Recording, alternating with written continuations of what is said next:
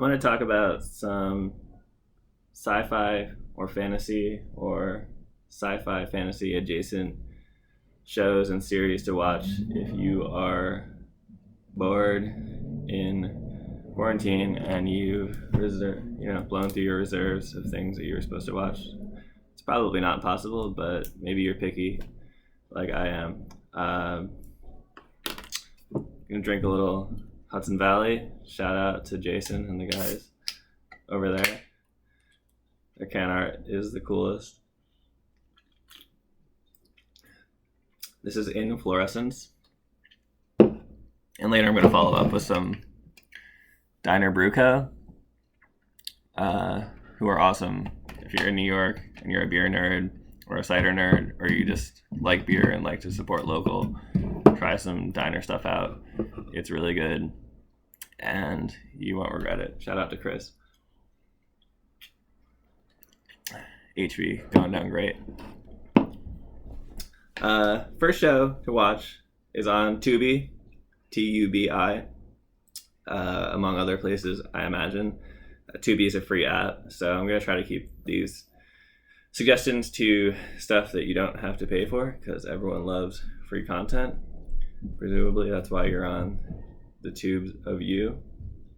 Spaced. If you haven't seen Spaced and you love sitcoms or sci-fi or Britcoms or English sense of humor, or you love Simon Pegg or Edgar Wright, go watch Spaced. It's only 2 seasons. Its influence can't be overstated, in my opinion. I'm a huge sitcom person. Good sitcoms, bad sitcoms. I watch most of them, but Spaced is laugh out loud funny. They were doing a single camera setup with no laugh tracks back when not that many studios were making shows like this. Scrubs stands out in my mind as being a show that probably influenced Spaced a lot.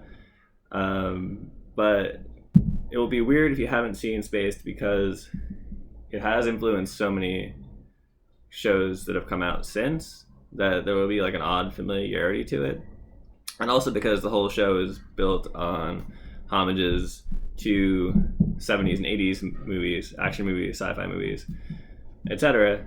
That there's this air of like pastiche to it that will be kind of strange. I think if you've never seen it, you'll maybe have like a sense of deja vu. But Edgar Wright, I think he directed it or co-created it. He definitely had a hand in it. Who of course did Shaun of the Dead, Hot Fuzz, Baby Driver, Scott Pilgrim versus the World, and Simon Pegg and Nick Frost are the 2 of the main characters. So check it out. It's only 2 seasons, really funny. You'll blow right through it. Instead of just watching one of those great NBC sitcoms again. I recommend that. All right, on to some actual fantasy / sci-fi. The first thing I came up with is something I haven't seen really since I first saw it. So if it sucks, I apologize, but I remember liking it. Is the miniseries Tinman, 2007, starred Zoe Deschanel, Sci-Fi channel, SciFi channel, on Tubi for free. So this is a retelling of L. Frank Baum's Oz stories, right? But with like a much more modern sci-fi twist to it. The Oz is the outer zone, for instance, stuff like that. Alan Cumming is in it, so it's a good cast. Of course, Alan Cumming is always worth watching in anything. I'm suggesting it because I remember being like, this might suck, I was like, Sci-Fi Channel did a great job with Dune, even though I only watched those recently, so I didn't know that at the time. But I remember thinking it might not be good and enjoying it more than I thought I would. So check it out, because it's always interesting to see what different creative types do with the story of Oz. Like there are different riffs on it, right? Of course, Wicked is one of the most successful and popular musicals of the past and books of the past 15 years. Because Oz, L. Frank Baum's body of work is sort of the original American fantasy series, right? It's not high fantasy necessarily, but it has elements of it. And I think just the history of those books and people's different iterations of it, whether it was stage shows or like the famous movie with Judy Garland, they're like a cultural touchstone.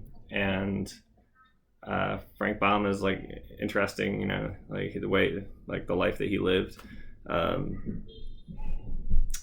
And it's interesting to go see like when Zooey Deschanel was like a nerd icon at the time, like when she was married to Ben Gibbard, and she was in stuff like Elf and Big Trouble. It was before she got that Fox money. So I think it's like just a weird little thing, like a piece of her like body of work, which is you'll find intriguing.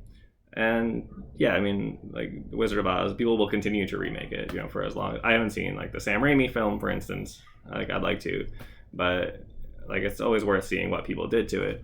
I mean, the Oz books for Dune fans is interesting. I think like what happened was that he wrote a whole bunch of them, and then he chose an official successor, and his son wanted to be the successor, but was denied. They picked someone else, which is interesting. Because people have all sorts of feelings about when stuff like that happens. When Robert Jordan died, luckily enough, I haven't read these last couple of books, but supposedly they're good.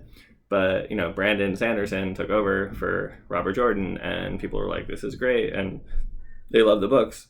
The expanded universe of Brian Herbert and KJA, people had mixed feelings, but like what happened with those Oz books is sort of the original thing.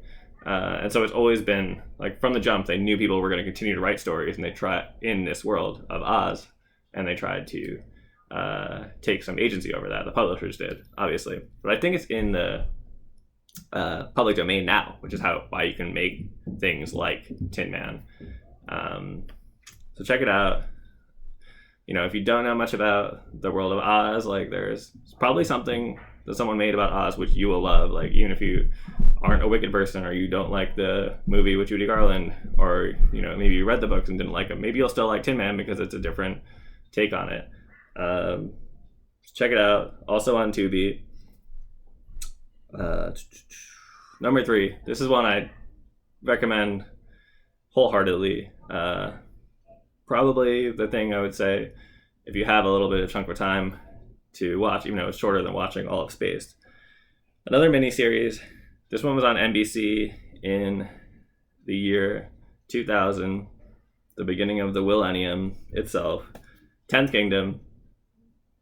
It is hilarious. Sci-fi. There are elements of high fantasy in here, but it's also similar to like a Wizard of Oz story because it is a person in the real world. Theoretically, this is the real world of the show. Real world road rules challenge. The real world of New York City. It's a young woman named Virginia, and she is transported to a fantasy realm. 10th Kingdom, great cast. Scott Cohen is in it and very funny. So if you're a Gilmore Girls fan, check that out, because I don't really know other things that he was in, but he's great in this show. John Larroquette is hilarious. Diane Wiest from Edward Scissorhands, among other things, of course, is awesome. Rutger Hauer is in it from Blade Runner. He's very scary. And Warwick Davis is in it. So, what more could you really want from a fantasy miniseries except having Warwick Davis in it? This is on Amazon, but for free. So I think if you have the Prime app, but you're not even paying for Prime, you can watch it with ads. So if you're not afraid of ads, watch it. It's long. It's like over 6 hours, I want to say, like all together. So it's, a regular like length miniseries, but it just feels like a long movie. Like, it's so funny. There's so many characters. It sort of has like an Into the Woods vibe. Maybe I haven't seen the Into the Woods movie that Disney made, but Into the Woods, the musical, it has elements of that, where it's a mashup of different fantasy tropes. So if you like Once Upon a Time, or Fables, or things like that, like, you'll like 10th Kingdom, and you should definitely check it out. The next one was also made by NBC when they were doing miniseries like this and putting them on in prime time, and getting pretty good ratings for it.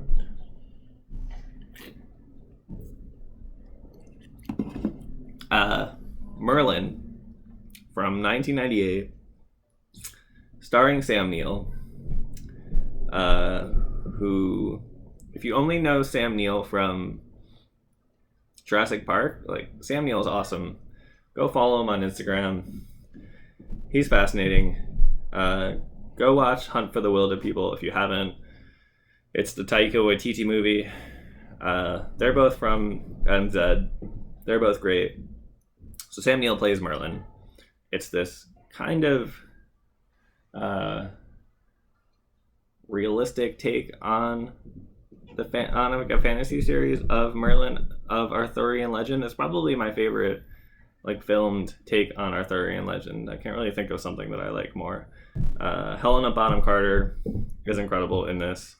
Rutger Hauer again. Martin Short is great. And Lena Headey is in it.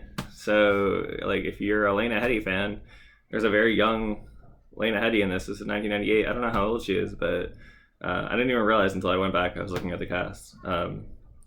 So if you're a huge Game of Thrones fan and you stan Cersei, who, she was great in the show. She gave one of the best performances, you have to say, overall. Again, it's on Amazon Prime, on the Prime app, free with ads. So even if you're not paying for Prime, you can go watch it.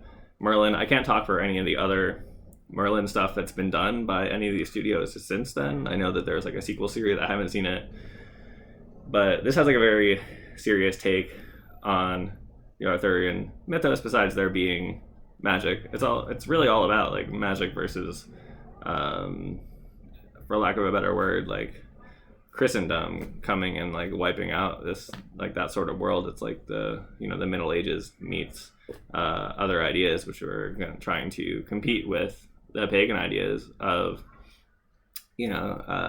medieval Europe and the English countryside, English Welsh.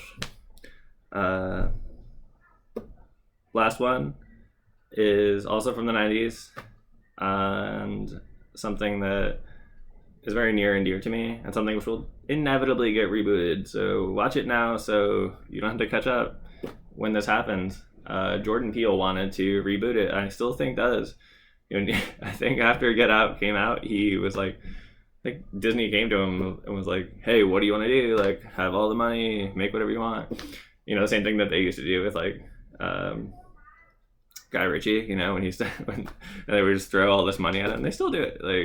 Even though he has a couple of his movies have flopped so hard, Guy Ritchie's, they still throw all this money at him. But Jordan Peele wants to eventually make Gargoyles into something. So watch Gargoyles. If you're a Star Trek Next Generation fan and you haven't seen it, it's going to be fun to watch because Jonathan Frakes is the bad guy. Xanatos, I think is his name, which is a great villain name. And who else? Keith David is in it. He's the big character. So Keith David is the actor who's in Community, and he was in the movie The Thing. He's awesome. He's in Rick and Morty now because he, has that connection with Dan Harmon and Justin Roiland from Community. And Marina Sirtis from TNG is also in it. So those voices, it's got this super 90s quality. It's pretty dark though for a kid's show. It's very much in the vein of Batman the Animated Series. So if you like that, show. I mean, I don't see how you would have like watched one and not the other, but I don't know. Like maybe you're like a superhero nerd, and so you've gone back and watched Batman the animated series, but haven't seen Gargoyles. Go back and watch it. It's all on YouTube, I believe. Like it was until like very recently. I watched a lot of it. It was all there. So go watch it. It's something you don't have to follow it super closely. Like it's long. It's kind of meandering. Like there's a lot of plot to it for a cartoon. Don't worry about following it too closely because some of it's really episodic. Like you'll get the idea. You can, if you're watching the show, you can tell who the bad guys and the good guys are in any given scene. Like you're gonna watch it in the background while you're doing other things. It's cool though because it's sci-fi. It's fantasy. Like they're going back to the Middle Ages. There's a lot of flashbacks, and it's also like a superhero show. Essentially, they're in a very gritty New York, which I'm a sucker for anything with like a gritty New York in it because like you can't really make anything like that anymore because everyone knows New York really isn't like that anymore. So check out Gargoyles, and just a couple last things like Gattaca the movie is also on Tubi, so if you haven't seen that, watch it. I'm sure it's on like every single list of these like best sci-fi movies you haven't seen from whatever, but Gattaca is really good. Amazing cast. Ethan Hawke, Uma Thurman. They're awesome. And finally, something that's not free, but if you haven't seen it and you're bored in quarantine, go pay for it and watch it, is Brigsby Bear from my boy Kyle Mooney. If you're like a part of a sci-fi fandom or any fandom really, like you'll love it. I think it's really funny. Mark Hamill is in it. The whole cast is great. It's kind of like very heartwarming too.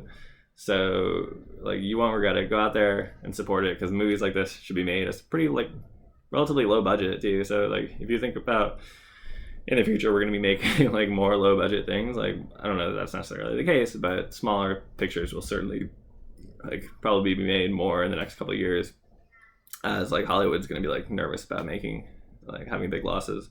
So go rent or buy Brigsby Bear on like a platform where you can, or else go like send Kyle Mooney some money and maybe he'll like sign a VHS copy of it and send it to you or something. Like that seems like something that he would do as a good neighbor.